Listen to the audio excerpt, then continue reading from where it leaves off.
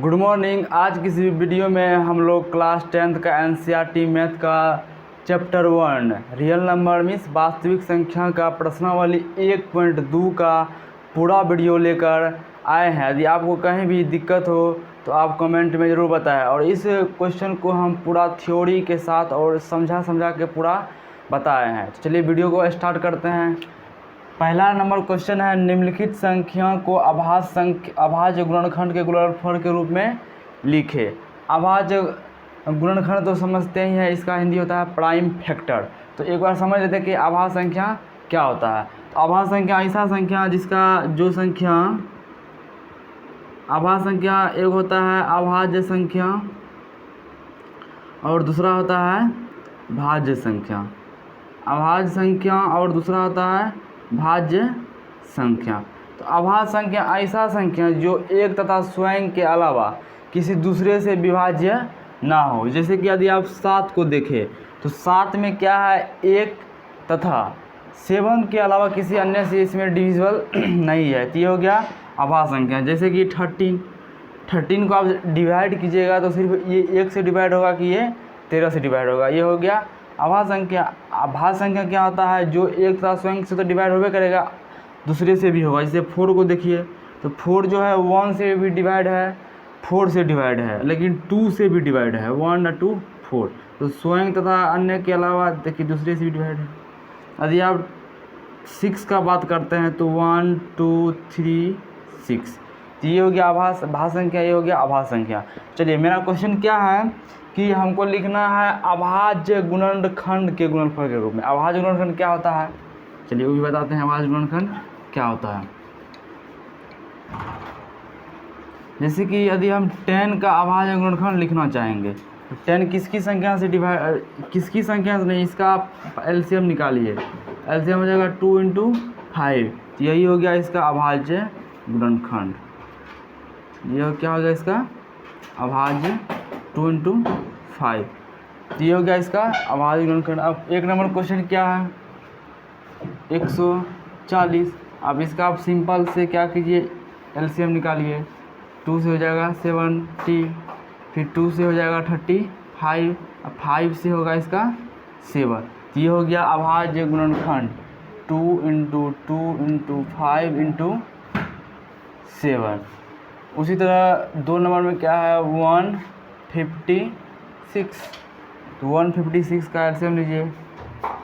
2 से बन जा 150, फिर हो जाएगा कितना 2 8 16। फिर इसमें 2 से लगाइए, 2 तिया 6, 1 पर 8 18, 2 9 18, फिर 3 से 13 तिया 39, 13 दूनी 26, 13 दूनी 13 तिया 39, दूनी 78, दूनी 156। तो ये हो गया 2 × 2 × 3 × 30। तो ये हो गया इसका अभाज्य गुणनखंड। उसी तरह क्वेश्चन नंबर 3 है 38 25। इसे हम लीजिए तो 38 और 25 में क्या हो जाएगा, देखिए इसमें पहले 3 से लग जाएगा क्योंकि 8 3 11, 11 2 13 5 18। और हम लोग विभाजता का नियम पढ़ चुके हैं कि यदि संख्या का योग यदि 3 से डिवाइड हो रहा है तो पूरी संख्या 3 से डिवाइड हो जाएगा। 3 3 दूनी 6, 3 7 21, 3 5 15। फिर 3 से लगाइए, 3 चौके 12, 3 दूनी 6, 1 पर 5 15, 3 5 15। अब देखिए ये 3 से नहीं लगेगा क्योंकि 4 2 6 5 11। अब लगेगा ये 5 से क्योंकि इसके अंत में 5 है। 5 8 40 5 25। फिर ये लगेगा 5 से 17 5 85। अब 17 में तो 17 से लगेगा। तो ये हो गया 3 × 3 × 5 × 5 × 17। देखिए ये क्या है, इसका अभाज्य गुणनखंड है। क्या है ये, अभाज्य गुणनखंड है। और क्वेश्चन नंबर 4 है फिर 5 2 0 5। इसमें पहले किसे लगेगा 5 2 0 5। इसमें लगा ये 5 से 5 1 1 0 5 1 होगा यहाँ। फिर उसी तरह आप देखिए इसमें कितना से लगेगा, 3 से नहीं लगेगा, 4 से भी नहीं लगेगा। अब इसमें हम 7 से लगाते हैं, कितना हो जाएगा 7 से लगाइएगा तो 1 में 7 एकम 7 7 3 3 पर 0 30 7 चौके 28, 2 पर 1 तो 7 तिया 21। अब देखिए इसमें 11 से लगा दिए, 11 का 11, 11 3 14, तो 3 पर 3 33, 11 तिया 33, तो ये हो गया 11 गुना 33, नहीं 11 गुना 33 नहीं, 5 × 7 × 11 × 13, ये हो गया इसका प्राइम फैक्टर। उसी तरह क्वेश्चन नंबर 5 है 7429। अब 7429 में इसी तरह आप उसको डिवाइड कीजिए, 7429, ऐसे में सबसे पहले कितना से लगेगा, देखिए 7400 ये 29 है, तो इसमें यदि हम लगाते हैं 17 से, कितना से 17 से डायरेक्ट 7429, ये हो गया 17 चौके 68,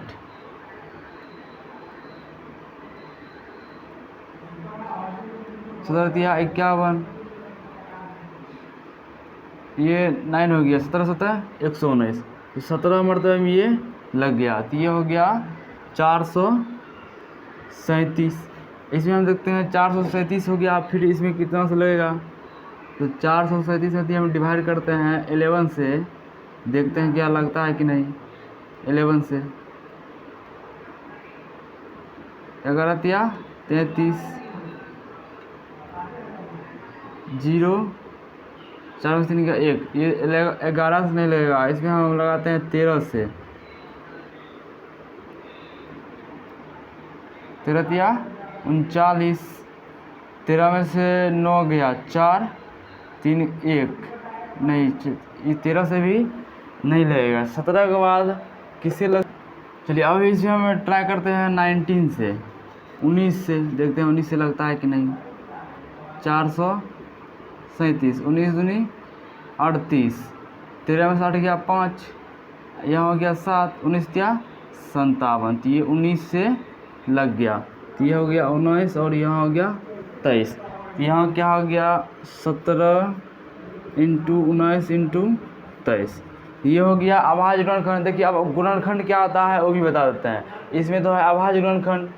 अब गुणनखंड क्या होता है, जैसे कि यदि हम 10 का गुणनखंड लिखना चाहें, 10 का गुणनखंड इंग्लिश होता है फैक्टर। यदि हम 10 का फैक्टर लिखना चाहेंगे तो 10 किस किस संख्या से डिविजिबल है वो लिखेंगे फैक्टर में। देखिए ये 1 से डिविजिबल है, फैक्टर में हम मल्टीप्लाई नहीं करते हैं, यहाँ गुना का चिन्ह देते हैं, और प्राइम फैक्टर में क्या करते हैं, इसमें मल्टीप्लाई का चिन्ह देते हैं।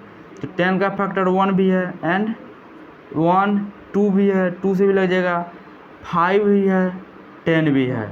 तो ये इसका फैक्टर मतलब हुआ कि जो वह किस किस संख्या से डिविजिबल हो। यदि आप देखिएगा 20 का फैक्टर 25 का हम देखते हैं, तो 1 से तो प्रत्येक नंबर ही है। अब देखिए ये 5 से भी डिविजिबल है, 5 के बाद 10 से नहीं है ना 15 से, ये और है 25 से, तो ये हो गया इसका फैक्टर। ध्यान दीजिए फैक्टर में मल्टीप्लाई का चिन्ह नहीं देते हैं, फैक्टर में हम क्या देते हैं, कामा का चिन्ह, क्योंकि इसको मल्टीप्लाई कीजिएगा तो बहुत ज़्यादा हो जाएगा, लेकिन कामा मतलब इससे भी डिविजिबल है, इससे भी, इससे भी। तो ये हो गया फैक्टर। और 25 का यदि हम प्राइम फैक्टर क्या होगा, 5 × 5, ये हो गया इसका प्राइम फैक्टर। और ये हो गया सिर्फ, ये हो गया इसका फैक्टर मतलब गुणनखंड, ये हो गया प्राइम फैक्टर मतलब अभाज्य गुणनखंड। अंकों के निम्नलिखित युग्मों के एचसीएफ और एलसीएम ज्ञात कीजिए तथा इसकी जांच कीजिए कि दो संख्या का गुणनफल एचसीएफ × एलसीएम है। हमें सबसे पहले क्या करना पड़ेगा, दो संख्या दिया हुआ रहेगा, उसका पहले एचसीएफ एंड एलसीएम निकालेंगे, फिर उस दोनों संख्या को मल्टीप्लाई करेंगे और एचसीएफ और एलसीएम को मल्टीप्लाई करेंगे और देखेंगे कि वह एक दूसरे के बराबर है कि नहीं। तो एक नंबर में क्वेश्चन में देखिए क्या हुआ, दिया हुआ है 26 एंड 91 है। तो आप इसको इसका हम पहले निकालेंगे एचसीएफ और एलसीएम। तो इसको हम इसका एलसीएम और एचसीएफ हम लोग निकालेंगे अभाज्य गुणनखंड विधि से, प्राइम फैक्टराइजेशन मेथड से। तो 26 का अभाज्य गुणनखंड क्या होगा, 2 से लगेगा 13, तो इसका हो गया 26 का 2 × 13। उसी तरह 91 है, इसमें देखिए 7 से लगेगा, जैसे हो जाएगा 13, तो 13 7 91, यह हो जाएगा 7 × 3। अब हमको निकालना है इसका एलसीएम। देखिए एलसीएम क्या होता है, जो दोनों में पहले मिलता है, पहले हम इसका एचसीएफ निकालते हैं। तब एलसीएम निकालेंगे। तो एचसीएफ कैसे निकालेंगे, जो दोनों में मिलता है वही हो जाता है हमारा एचसीएफ।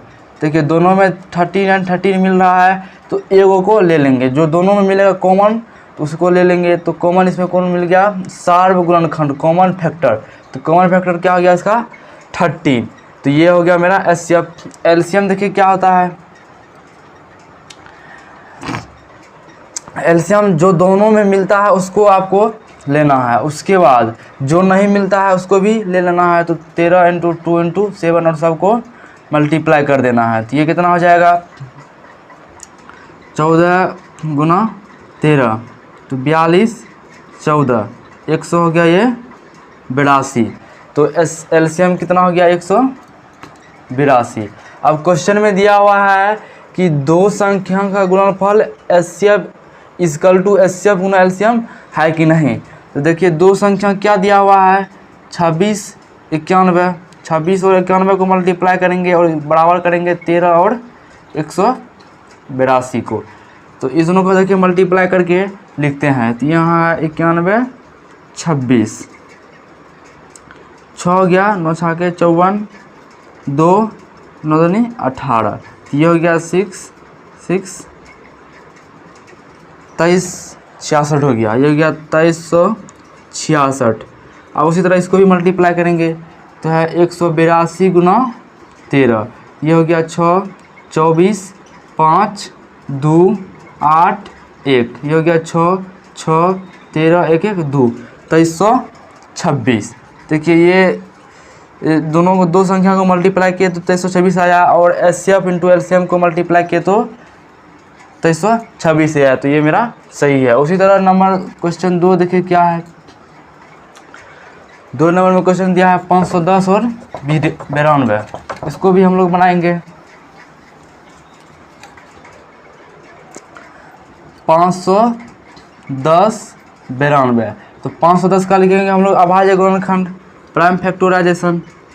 इसमें लग जाएगा 2 से 2 दूनी 4 2 5 10।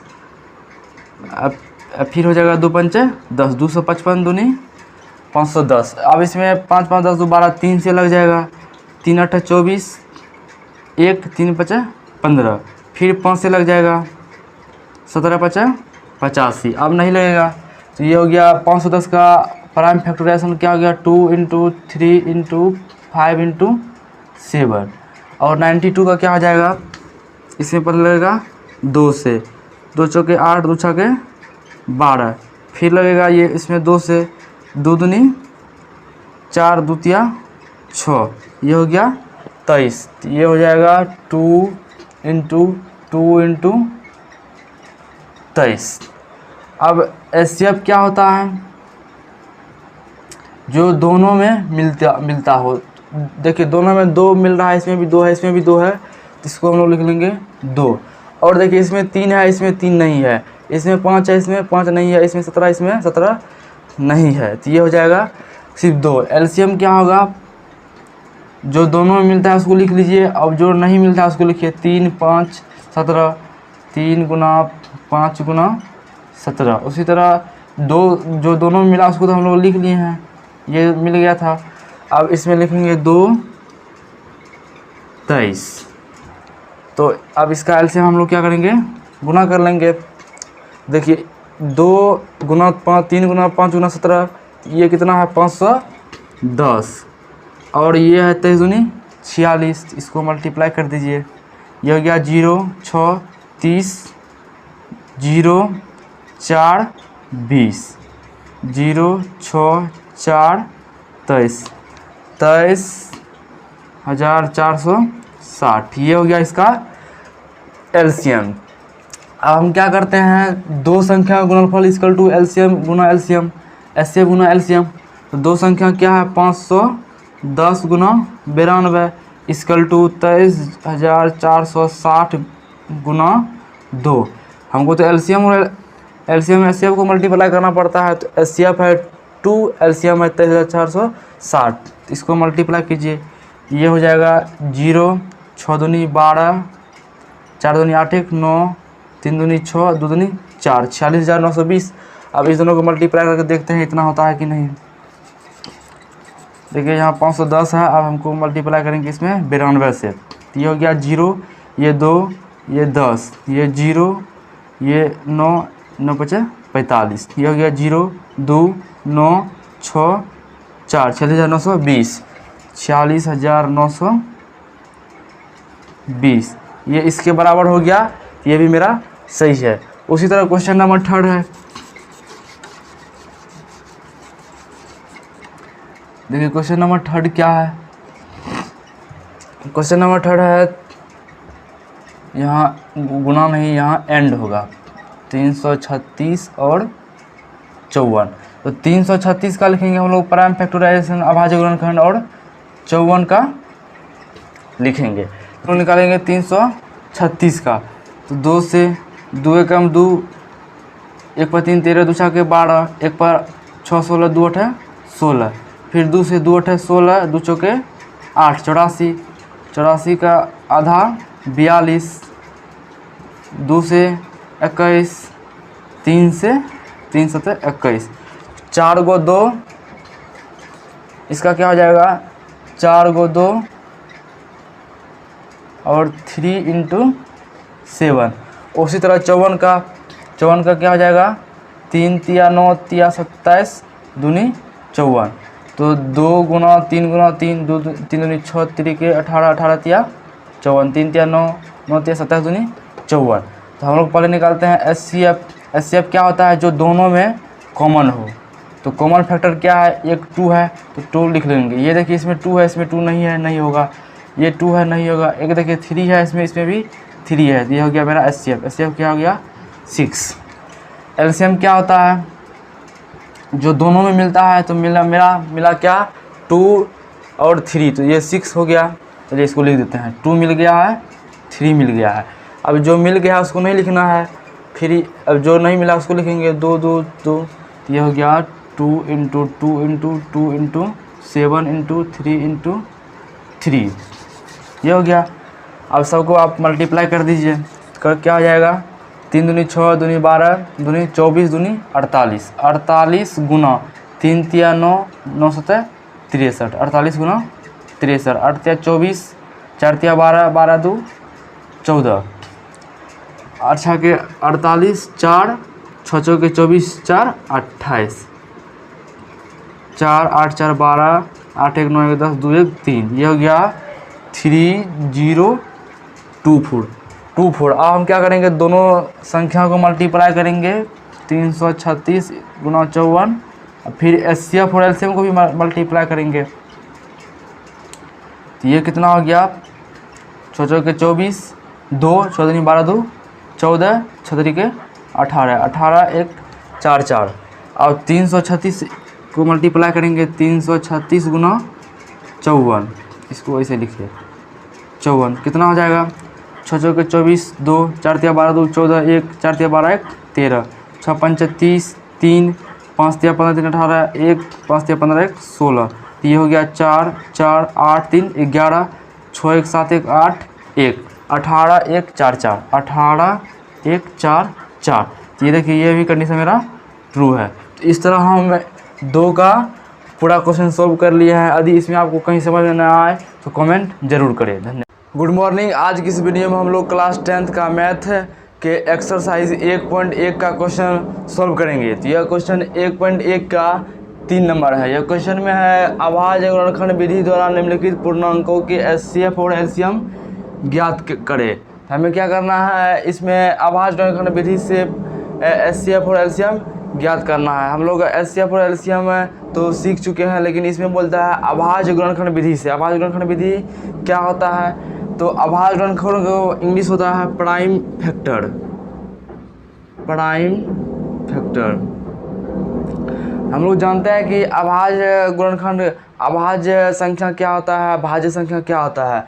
अभाज्य संख्या क्या होता है, ऐसा संख्या जिसका फैक्टर सिर्फ एक और नंबर इटसेल्फ हो। क्या हो, एक और नंबर इटसेल्फ हो। जैसे कि 5 का यदि फैक्टर देखेंगे तो 1 और 5 है, और 7 का देखेंगे तो 1 और 7 है, मतलब कि यह 7 सिर्फ 1 और 7 से डिविजल है। उसी तरह यदि हम 10 का देखें तो 10 में 1 से भी डिवाइड है, 2 से भी डिवाइड है, 5 से भी डिवाइड है, 10 से भी डिवाइड है। तो ये हो गया मेरा भाज्य संख्या, और लेकिन ये दोनों है क्या हो गया मेरा अभाज्य संख्या, प्राइम नंबर, और इसका ये हो गया प्राइम फैक्टर। तो इसमें बोलता है प्राइम अभाज्य गुणनखंड से हम इसका क्या निकालेंगे, एचसीएफ और एलसीएम। तो चलिए हम इसको सॉल्व करते हैं।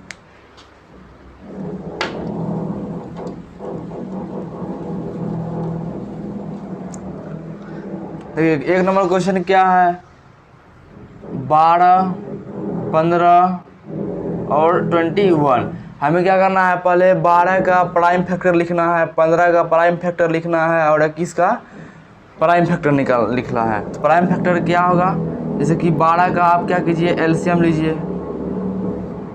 2 छः के 12, 2 तिया 6। तो 12 का प्राइम फैक्टर क्या हो गया, 2 × 2 × 3।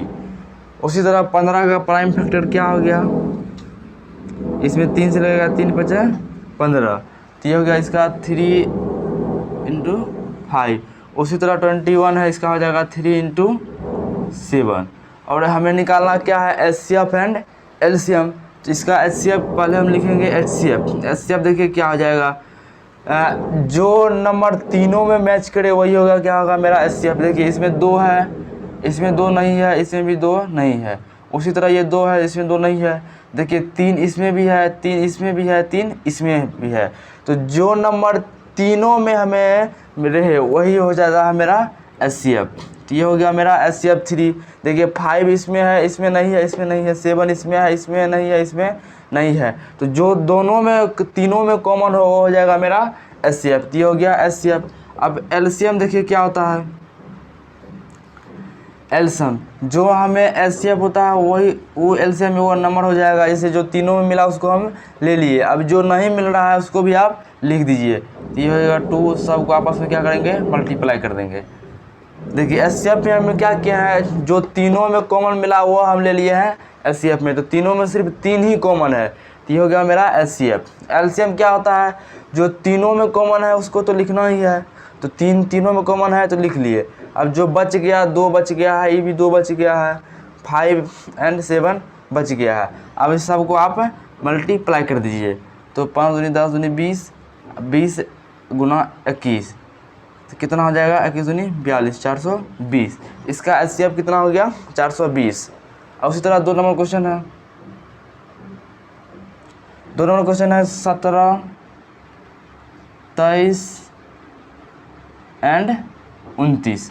अब देखिए 17 का यदि हम प्राइम फैक्टर लिखे तो 17 किससे किससे डिविजल है, 1 और 17 से। यदि आप 17 का एलसीएम निकालिएगा तो ये किसी से लगेगा, सिर्फ 17 से लगेगा। 17 × 1 हम लोग लिखते हैं कैसे, 1 × 17।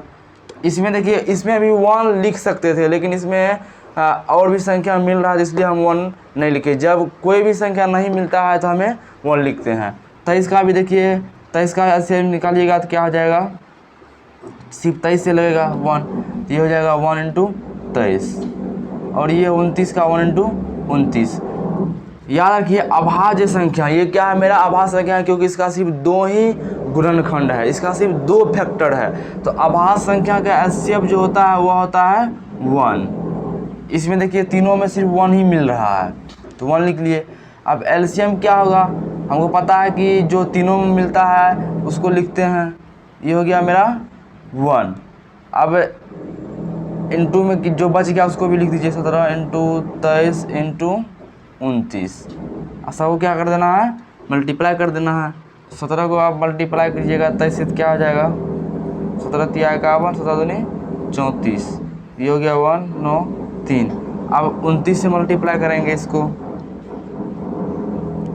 9 9 9 81, 8 9 3 27 8 35, 1 2 2 9 दूनी 18, 3 दूनी 6 1 7। ये हो गया 9 3 13 10 1 11, 11 3 3 9, 11 3 3 9। तो ये हो गया मेरा इसका एचसीएफ एंड एलसीएम। चलिए उसी तरह क्वेश्चन नंबर 3 देखते हैं क्या है। 3 है 8 9 25। अब देखिए 8 का यदि हम एचसीएफ निकाल एलसीएम लेंगे तो क्या हो जाएगा, लेंगे 2, इसका हो गया, ये हो गया 8 का प्राइम फैक्टर क्या हो गया, 2 × 2 × 2, 9 का क्या हो जाएगा 3 इंटू 3, 25 का क्या हो जाएगा 5 इंटू 5। अब देखिए इसका क्या लिखेंगे HCF। अब देखिए HCF क्या होता है, जो सब में मिलता है वही होता है HCF। देखिए इसमें सब में कोई नहीं मिलता है, इसलिए हम लोग क्या करते हैं एक लेते हैं, क्योंकि इसमें दूसरे लगेगा तो 1 हो जाएगा, इसलिए हम सब क्या करेंगे एक ले लेंगे। यदि आप 9 में भी देखिए तो 9 का क्या हो जाएगा 3 तिया 9, फिर इसमें 3 से लगेगा 1 इंटू 3 इंटू 3। उसी तरह 25 में 5 इंटू 5 इंटू 1। अब देखिए एक क्या है तीनों में मिल रहा है, तो HCF हो गया 1। LCM क्या हो गया, हो जाएगा LCM जो नहीं, जो सब मिल रहा, जो मिला उसको भी लिखिए, जो नहीं मिल रहा उसको भी लिखना है। क्या हो जाएगा 2 into 2 into 2, 3 into 3 into 3, 5 into 5। अब इसको क्या करना है मल्टीप्लाई करते हैं, तो ये हो गया 2 दूनी 4 दूनी 8, 8 पंचे 40, 40 पंचे 200, 3 तिया 9 तिया 27 गुना 200, तो 5400। तो ये हो गया इसका LCM। उसी तरह क्वेश्चन नंबर 4 है। 4 में दिया हुआ है HCF 306 657 इक्वल टू 9 दिया हुआ है। LCM 306 657 ज्ञात कीजिए। देखिए इस क्वेश्चन को सॉल्व करने के लिए आपको कम से कम कुछ फार्मूले याद होना चाहिए। जैसे कि हम मान लेते हैं कि पहली संख्या इक्वल टू 1 n1, दूसरी संख्या हम मान लेते हैं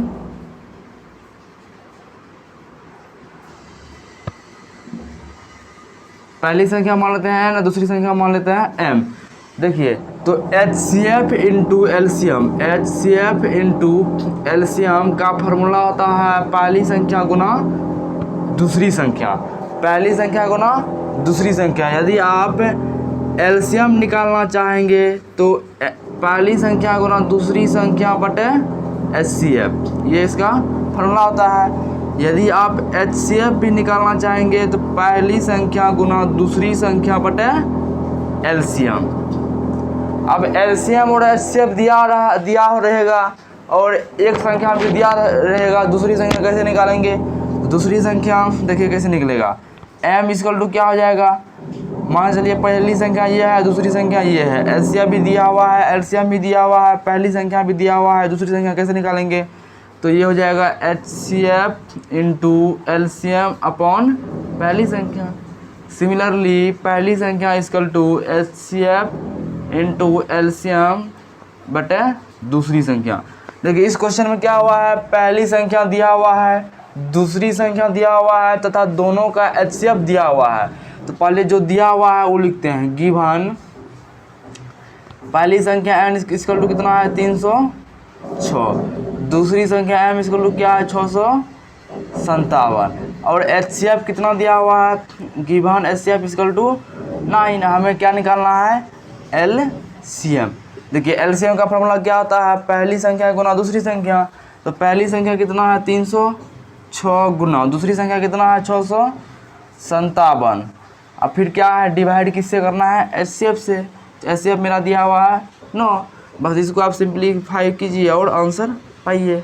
इससे कितना मतलब क्या भी कटेगा, ये 9 तिया 27, 27 3 30, 3 पर 36, 9 चौके 36।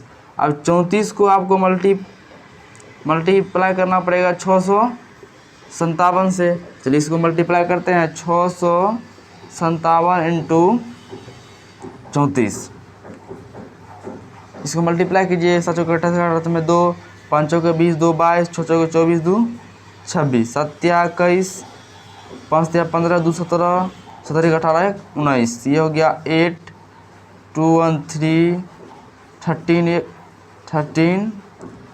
12 1 1 2। ये हो गया 22 33 8, 22 33 8। तो ये हो गया हम लोग का LCM। अब देखिए LCM भी निकल गया, HCF भी निकल गया, पहली संख्या भी दूसरी संख्या में। यदि इसी क्वेश्चन में यदि घुमा के दे दिया जाए HCF हमको गिवन रहेगा, HCF LCM भी गिवन रहेगा और दूसरी भी संख्या गिवन रहेगा, और बोलेगा कि n1 इक्वल टू क्या होगा, तो हम लोग इजी से इस फार्मूला पर लगाएंगे n इक्वल टू HCF गुना LCM बटे m दूसरी संख्या, और हम लोग इजी से निकालेंगे। तो इस तरह ये 4 नंबर का क्वेश्चन बन गया है।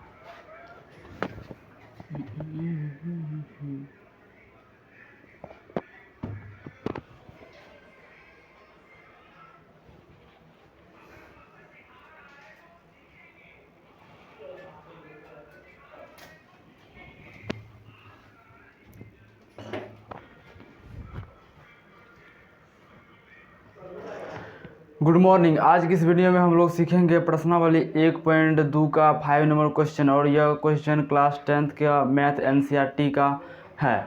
तो चलिए हम क्वेश्चन को सॉल्व करते हैं। क्वेश्चन में है, जांच कीजिए कि क्या प्राकृतिक संख्या n के लिए 6 के पावर n अंक शून्य पर समाप्त हो सकती है। देखिए सबसे पहले लिखा है प्राकृतिक संख्या क्या होता है, तो पता है नेचुरल नंबर, जो गिनती की संख्या को प्राकृतिक संख्या कहते हैं, जो 1 से स्टार्ट होता है, 2 3 4 इसी तरह डॉट डॉट डॉट डॉट जाता है। प्राकृतिक संख्या को हम लोग n से इंडिकेट करते हैं। तो समझ गए प्राकृतिक संख्या। अब लिखा है n के लिए 6 के पावर n, ये जो 6 के पावर n है, क्या ये शून्य पर समाप्त हो सकती है। तो शून्य पर कैसी संख्या समाप्त होती है, जिस संख्या के अंत में आप कह सकते हैं कि 0 हो, वो संख्या शून्य पे समाप्त हो सकती है। जैसे कि देखिए 540, इसके लास्ट में क्या है, 0 है। तो 6 के पावर n को हमको चेक करना है।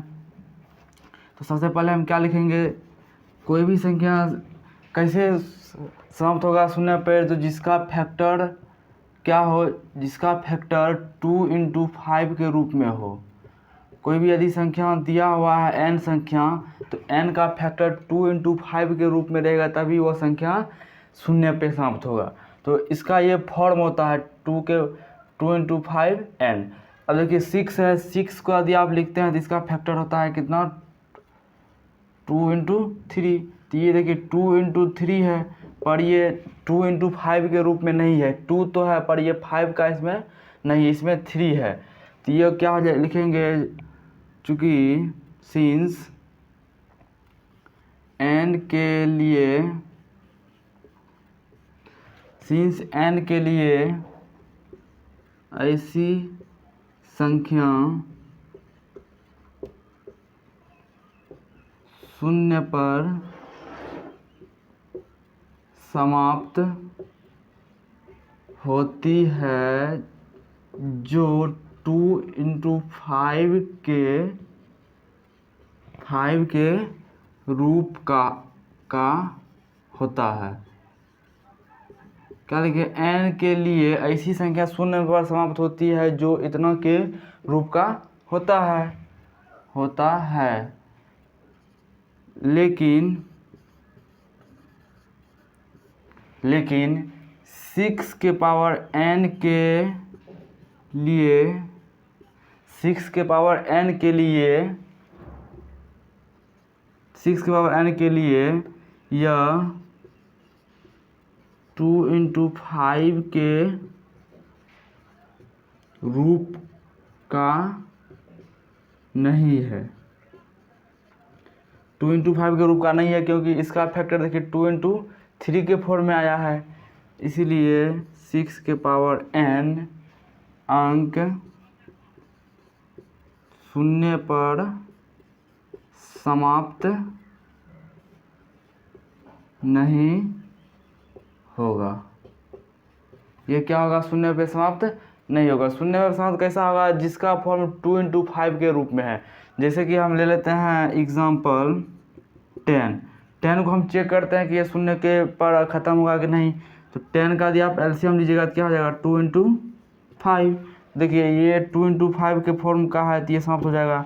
जैसे कि यदि आप 40 को लेते हैं, देखिए 40 का क्या होगा, 2 से हो जाएगा 20, 2 से हो जाएगा 10, 2 से हो जाएगा 5।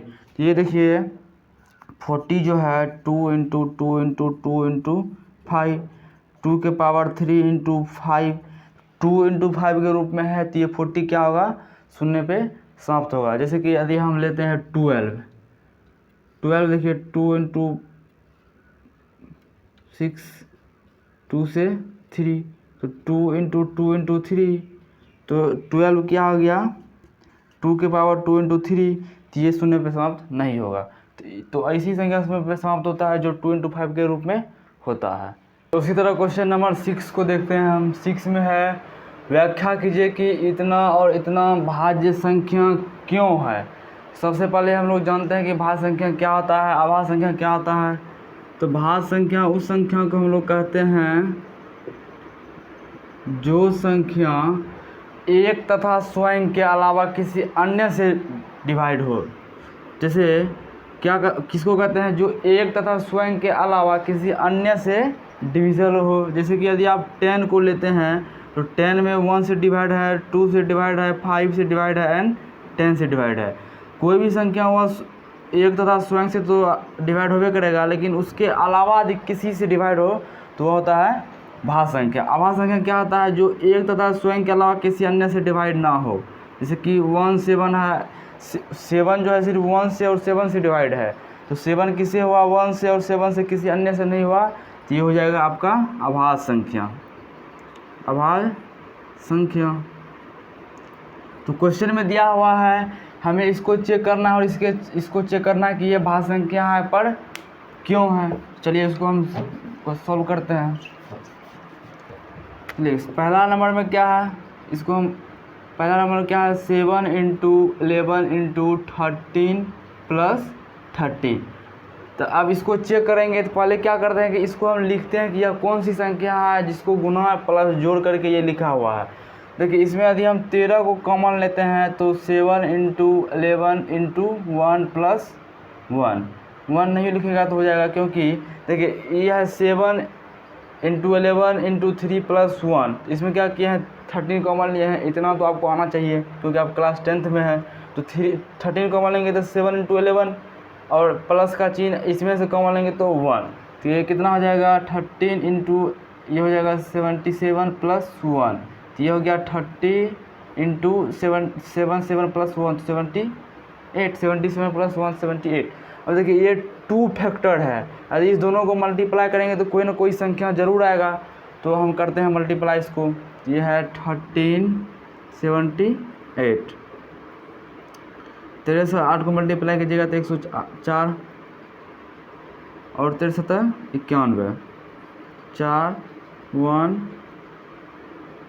10, 13 × 78, 13 × 8 104, 13 × 7 91, 4 1 10 और 9 1 10। देखिए ये कितना हो गया 1014, ये हो गया 1014। अब देखिए 1014 का फैक्टर क्या है, 13 है, 78 है। यदि 1014 को यदि आप फैक्टराइज कीजिएगा तो क्या होगा, 1 आएगा, 13 आएगा, 78 आएगा और कुछ भी आ सकता है, 1014 आएगा। अब और भी कुछ आ जाएगा जिसमें ये डिवाइड होगा। तो हमको क्या बताना है कि जिसका एक और स्वयं के अलावा किसी अन्य से डिवाइड हो, एक ही संख्या से डिवाइड हो, तो वो क्या हो जाता है, भाज्य संख्या हो जाता है। यहाँ इसको हम अब ये तो भाज्य संख्या है पर क्यों है हमको लिखना पड़ेगा। लिखेंगे सिंस 1014 संख्या, ये क्या है संख्या, एक तथा स्वयं के अलावा किसी अन्य संख्या से विभाज्य है। ये एक तथा स्वयं के अलावा किसी अन्य संख्या से भी विभाजित है, तभी तो इसका फैक्टर ये है। लिखेंगे इसीलिए 7 × 11 × 13 + 13 एक भाज्य संख्या है, एक भाज्य संख्या है। चलिए अब इस समझ में आ गया होगा। यदि इसमें अच्छा से नहीं आया तो इसमें और अच्छा से आ जाएगा। इसमें देखिए क्या है, 7 × 6 × 5 × 4 × 3 × 2 × 1 + 5। उसी तरह इसमें दिया 5 कॉमन लेते हैं तो क्या आ जाएगा, 7 × 6 × 4 × 3 × 2 × 1 + 1। अब इसको मल्टीप्लाई करना पड़ेगा तो ये कितना हो जाएगा, 7 के 42, 4 तिया 12 दूनी 24। तो 42 को 24 से मल्टीप्लाई करना पड़ेगा। 4 दूनी 8, 4 चौके 16, 2 दूनी 4, 4 दूनी 8, ये हो गया 8, 6 4 10, 8 1 9 1 10, ये हो गया 1008 + 1, ये हो गया 5 × 1008 1 10 1009। इस दोनों को मल्टीप्लाई करेंगे तो कितना हो जाएगा, 9 × 5 = 45, 10 × 50, 50 45, 9 × 5 = 45, 10 × 50। अब देखिए ये जो संख्या है 50 45, इसका फैक्टर तो ये दोनों हैं, क्योंकि इसी दोनों को मल्टीप्लाई के ये हुआ। तो ये संख्या 1 से तो डिविजल है और खुद से भी डिविजल है, और उसके अलावा इससे भी डिविजल है। तो ये जो संख्या है इसी को कैलकुलेशन करके ये आया है। तो इसका फैक्टर कितना हो गया, 1 और स्वयं के अलावा किसी अन्य से भी डिविजल है। इसमें हम लिख सकते हैं, जिस तरह इसमें लिखे थे उसी तरह इसमें लिखेंगे। चूँकि 50045 संख्या एक तथा स्वयं के अलावा किसी दूसरे संख्या से विभाज्य है। इसीलिए 7 × 6 × 5 × 4 × 3 × 2 × 1 + 5 एक भाज्य संख्या है। तो इस टाइप के क्वेश्चन को आप इस टाइप का कैसा भी क्वेश्चन हो तो आपको पहले ऐसा कीजिए, फिर इसको मल्टीप्लाई कीजिए और उसको आप ऐसा लिख सकते हैं। तो ये हो गया हम लोग का भाज्य संख्या। उसी तरह हम क्वेश्चन नंबर 7 को सॉल्व करते हैं। है किसी खेल के मैदान के चारों ओर एक वृत्ताकार पथ है। जैसे कि कोई खेल का मैदान है, उसके चारों ओर क्या है, एक वृत्ताकार पथ है। ये खेल का मैदान है देखिए, और इसके चारों ओर क्या है, एक वृत्ताकार पथ है। अब क्वेश्चन में है एक मैदान का एक चक्कर लगाने में सोनिया को 18 मिनट लगता है। ये क्या है, मैदान है। अब सोनिया को एक चक्कर लगाने में कितना समय लगता है, 18 मिनट। हम यहाँ लिख लेते हैं, सोनिया को एक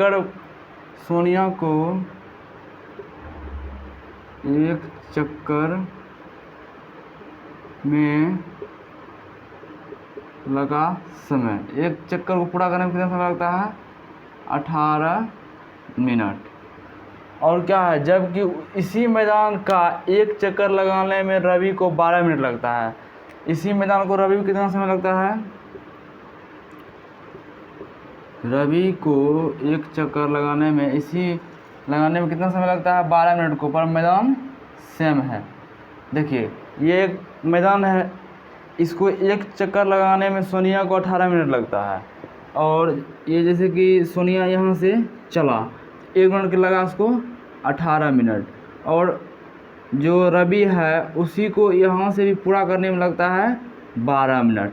अब क्वेश्चन देखिए क्या है, मान लीजिए कि वो दोनों एक ही स्थान और एक ही समय पर चलना प्रारंभ किया। अब जैसे कि सोनिया और रवि दोनों एक ही स्थान पर और एक ही दिशा में चलना प्रारंभ किया, दोनों चला स्टार्ट हुआ यहाँ से। तो क्या है, अब मान लीजिए कि वे दोनों एक ही स्थान और एक ही समय पर चलना प्रारंभ करके एक दिशा में चलते हैं। एक ही स्थान और एक ही जगह से चलना प्रारंभ किया।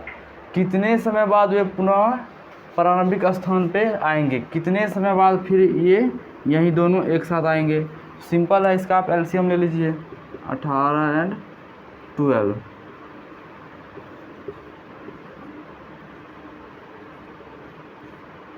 3 से 3 3 जा 9, 3 2 जा 6, कितना हो गया 2 इंटू 3 इंटू 3 इंटू 2, तो ये हो गया 36 मिनट।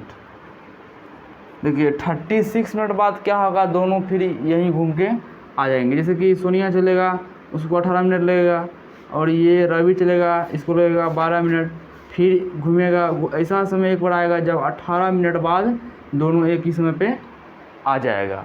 तो इस वीडियो में हम प्रश्नावली 1.2 का सारा क्वेश्चन बता दिए हैं। यदि आपको कहीं दिक्कत है तो कमेंट जरूर करें।